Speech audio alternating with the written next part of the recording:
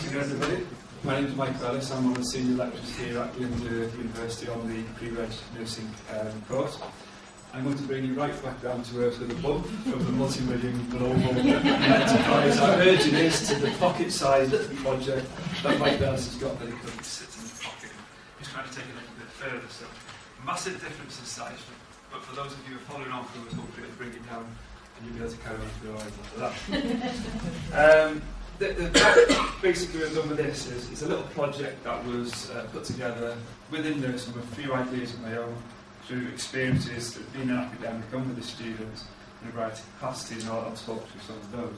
I also apologise for bringing you back to PowerPoint from the online platform that you've just seen. Okay, so there are a few drivers for this little project. First of all was effective feedback. I'm sure all of you have provided feedback to students across a range of programmes at different levels. Are all thinking, how do we get effective feedback? How do we make sure or ensure that it's working, and how do we actually do it? What format do we do it? There's a lot of literature out there, but it's that golden nugget. Has anybody actually got that answer of the perfect way of giving feedback? And I'm not proposing that I have, so anyone thinks that. I'm quite interested in technology as well. My family call me a geek or a gadget freak, and I like the latest tech that comes out. I'm not as good with gadgetry as other people like Alicia or Clive to that degree, but I do like my gadget. I'm trying to think, well, how can technology help me improve feedback to students without taking it too far and letting the technology take over rather than the emphasis on the feedback? I've also looked and thought about individual student needs, and over time thought, well, different students come for feedback, and if you keep giving the same type of feedback in the same format, that doesn't necessarily marry up to the way that each individual student needs it, and every student is slightly different. Just trying to think, well, can I do something that is different and meets those students' individual needs? For example, students who've got dyslexia or different versions of dyslexia, and how can it actually help them? The other slant on this is that I'm part of the Centre for Entrepreneurial Learning, which was in the university, which is going through a sort of period or a transition of change at the moment. And basically this group looked at entrepreneurship and enterprise, very much looking at it, how it fits into the curriculum and how we can get our students or our graduates to be more entrepreneurial or develop enterprise skills. This was the model that was in place at the time, and it's got different areas. And what we tried to look at is, well, how can effective feedback feed into this? How does feedback, if it's done differently for the students to see us doing it, actually, how does it feed into these things? How does it make, or will it make the student more self-aware? If feedback is effective, will it enhance their collaborative working, practical creativity, their opportunity awareness, strategic thinking, and action orientation? So how does it affect those? Okay, so I had started using audio files, and one of the first things I started doing was I would see a student for an assignment that they were doing, and I would sit down with them, and we'd spend 20-30 minutes talking through what they needed to know. They might scribble some illegible notes, I might scribble some illegible notes, but a lot of the time was actually spent trying to concentrate on writing down the information rather than engaging with them and interacting with them and actually getting a meaningful dialogue with them so that you knew they understood. So what I actually started doing was saying, right, don't write anything down as we're talking through what you need to do, but what I will do at the end, and I bought a PDA at the time, I will literally record a summary of what we've discussed, highlighting the key points. I emailed it to them while they were sat there, basically gave them the option at the end of the recording to say, is there anything that you would like to add while it's fresh in your mind that will remind you when you get back home? It was interesting to note that not one student ever wanted to add to that recording, but I gave them that opportunity. But what they found is when they got home, they remembered a lot more because the interaction was a lot better and the recording basically helped them with that. The other thing is, we were in a lecture like today, and we were given an assignment brief. In nursing, what we tend to do is give out a hard copy of an assignment brief. It's put on the VLE, Blackboard before, Moodle as it is now, but they forget the context of any discussion. So when we deliver an assignment brief, we talk through it, we give examples.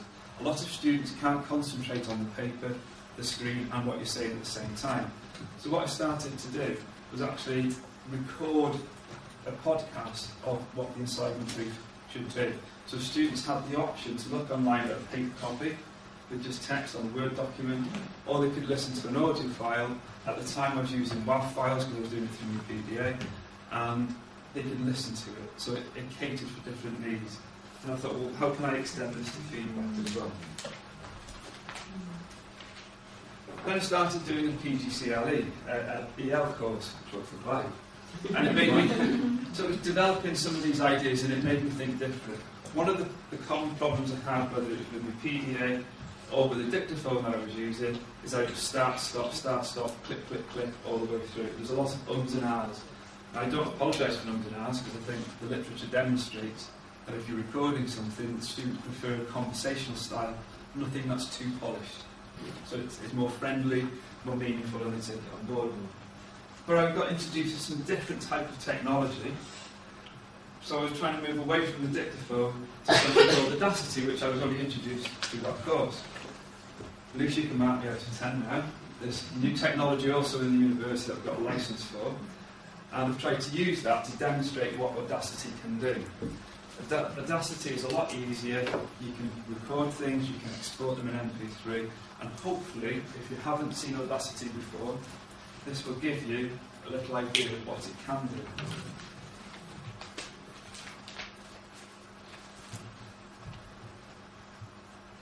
Welcome to Audacity. Some of you will be sitting there listening to this recording and thinking, I can't do that, it's too complicated. But it really is easy. Audacity is free, it's available to download, and there's many features on it which are very easy to use. That's if you want to use the basics. But equally it has some advanced features that you can also experiment with and develop your skills further if you so wish. It allows for easy editing. It also removes the need for that first time perfect recording as if you're using a dictaphone, and is easily exportable in an MP3 format, which means it's very easy for students to play across a whole range of different devices. You can add background music if you so wish, but this would take more time and quite frankly isn't necessary. Most of the literature does point to simple, straightforward feedback recordings that are more conversational in nature, much like this one that I'm doing now. Good luck if you decide to dabble in this area, and I'm happy to help if I can. You might have noticed there are a few gaps in there. I think that does highlight one thing, that some things don't play as well on some devices as on others. On my PC in the room, that plays perfectly with no gaps and no ups and downs.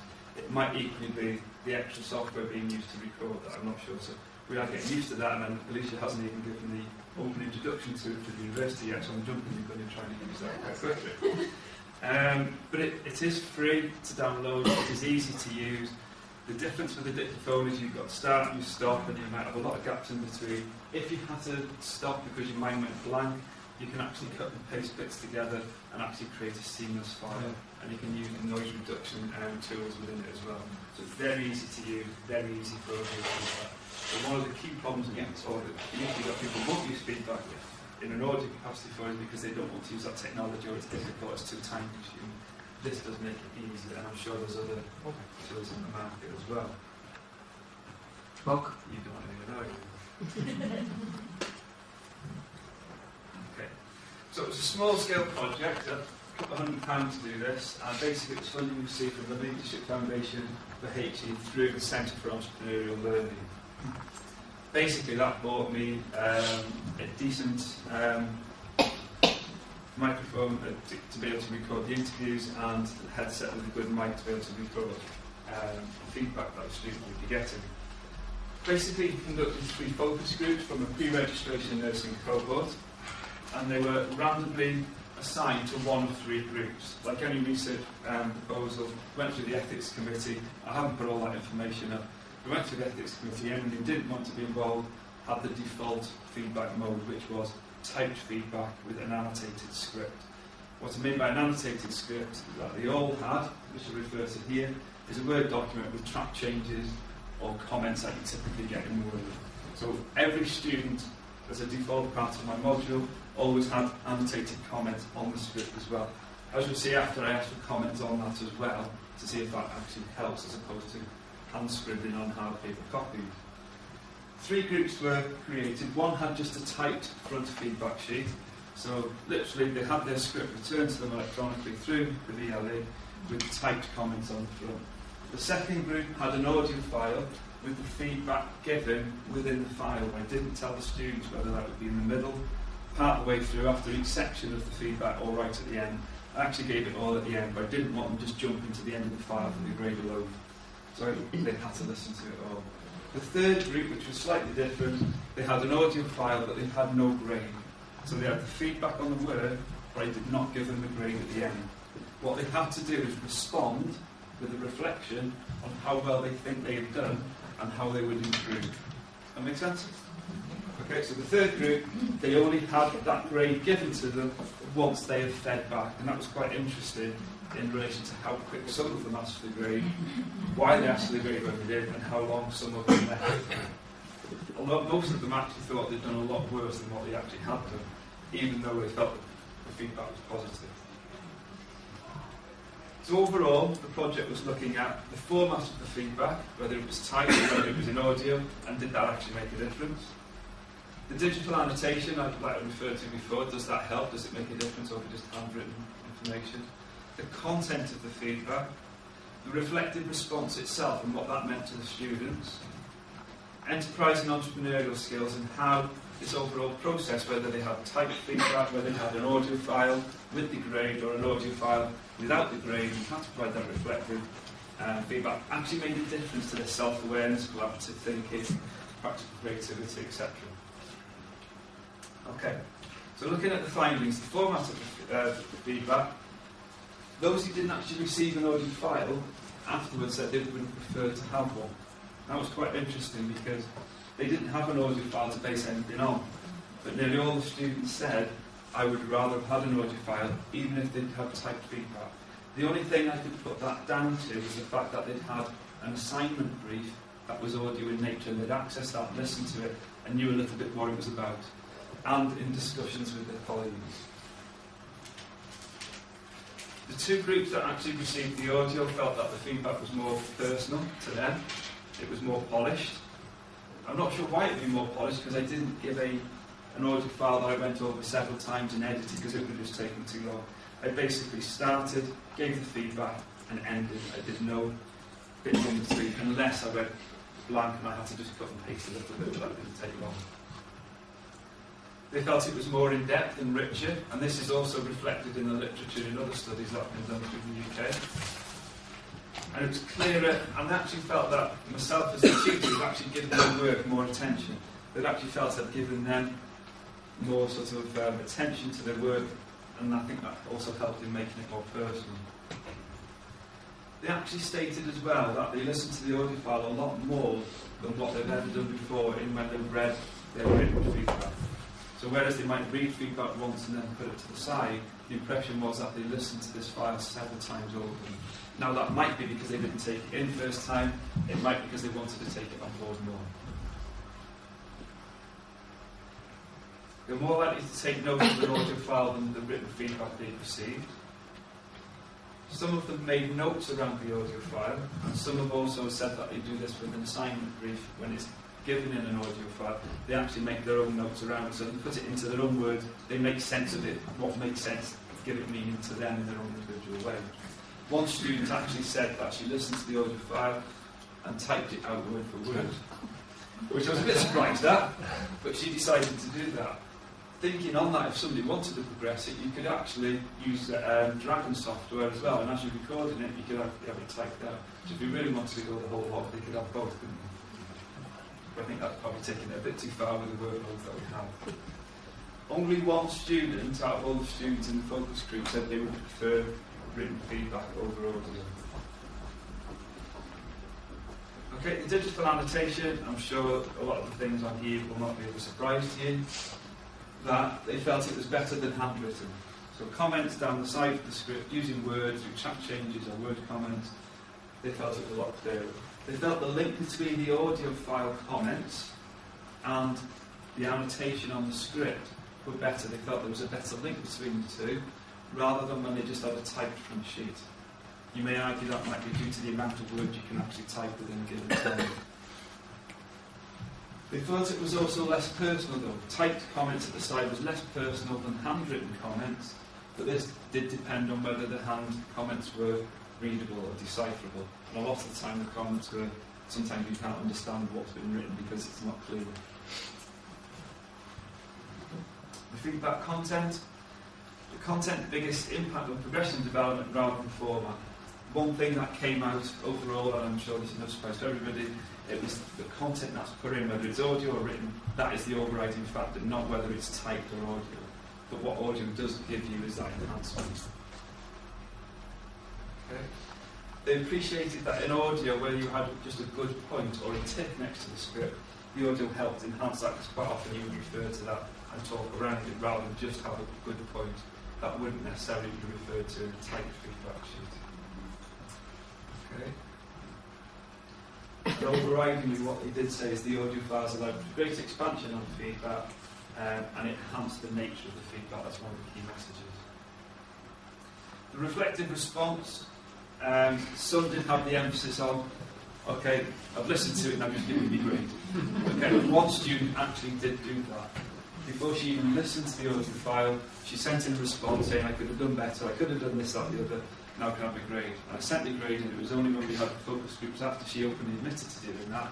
But equally, she admitted to saying that she'd listened to that file several times after, and with hindsight, she wishes she'd have listened to it before she asked for that grade. But most of the other students were quite happy and did send some reasonable feedback on that. There was no specific criteria for feedback in what they had to give. It was literally down to them to put forward to me what they wanted. So if it was one line, that was sufficient. One row to cut the paragraphs, and what they feel they should improve on, and where they take it forward from there. And one has actually been back to me since and said that it's helped her with future grades, and she's got better grades, and she'd never been told things like that before. She never knew how to progress. It was always how you've done here, but not how to take it forward. And audio did allow me to do that. The group as a whole said, although the reflective gap, if you like, or the delay, was anxiety-provoking, if they knew it was the norm for the whole group, they'd be okay with it. Because only some of them had the gap, the delay, because they were allocated to that group, they felt, well, others have had their grades, I haven't had mine, we want to rush that through. But if they knew everybody had a gap of, say, a week, then all grades would be released at the end of that week, they said they would actually be quite happy with that, which I was quite surprised at, but there you go. Having to make a response, the group that had this delay did feel that they considered the comments in a lot more depth because they felt they had to respond to them, whereas others didn't so much. Okay. What I did do, and I'm not sure you can do it all the time, is as soon as a student responded by email with their reflective response, I had the grades at home and in work, and I responded with their grades straight away. So one of them was 11 o'clock at night, and I did respond out of interest in keeping them, being fair to them as a research project. I think if it was an ongoing thing and it was every time it ran, you wouldn't be able to do that. You'd have to have a structured time where you'd release those grades. But they did appreciate that was released. Some asked their grade back within an hour, some it took 2 or 3 days before the feedback came back to me, so I didn't release the grade for 2 or 3 days. What they did feel is that the gap, the delay, the anxiety-provoking nature of it did outweigh the benefits of reflection on it. But I think, again, if you have that set time for when the grade is released, that would make a difference. Just going through the 6 enterprise entrepreneurial skill sections, and I'll go through these fairly quickly. In relation to self-awareness, the students felt that it did make the feedback does make them more self-aware of their developmental needs. The audio groups, it was more evident that they were more self-aware through the nature of the audio feedback file. They felt that it helped them. In relation to collaborative working, the groups that had typed comments felt that they were clearer than handwritten, which we'd all agree with, which they did discuss with their peers, and they do to a degree anyway. The audio group that had the grade felt that their information was more comprehensive and didn't tend to discuss this with their peers. However, the group that had the delayed grade, it was noticeable that they actually discussed this with their peers more than any of the other groups. So the group of students who had a delayed grade actually discussed their work and what they'd done with their peers more than any of the other groups, which was quite interesting. But they don't actually see this as an opportunity as such, which I'll get to in a minute. Practical creativity. A lot of the things on this slide you would probably expect to see, that they realise the importance for more logical and cohesive flow of work. So a lot of them have disjointed work, unstructured, and they realise that it has to be presented in a certain way that's logical, it flows, and it knits together, and there's plenty of links throughout the work. They identified the need to look at more literature and compare and contrast in different ways, but the practical side of this was how they actually went about that. Not just me telling them this is the way to do it, how it worked for them. Time management they identified as an issue. The audio group that had the delayed grade noted all the people were in more, felt that they came across as they needed to do that more than any of the other groups. It almost sunk home more for them. And the practical way of going about preparing to submit their work was very evident too. They needed to think about how they go about their work rather than leaving it to the last minute, for example. They need to plan early, do a lot of the reading around, leave plenty of time at the end as well for proofreading, etc. Opportunity awareness. I think part of this is this particular group were at the beginning of year 2, so they were at level 5, having completed level 4, and they probably had comments from other tutors about they need to do X or they need to do Y, they need to do Z. But what they did say is the audio file clarified that more, it made them think about it more, it almost had more emphasis on it. So I think there's a degree of, having been told 3 or 4 times already, it actually sunk home that you need to start doing a bit more. But the audio file just clarified it was if you were in front of them telling them what they need to do and took more notice of it. There's a couple of the other points on there you can have a look at that's pretty much similar to what I've already covered in the other files.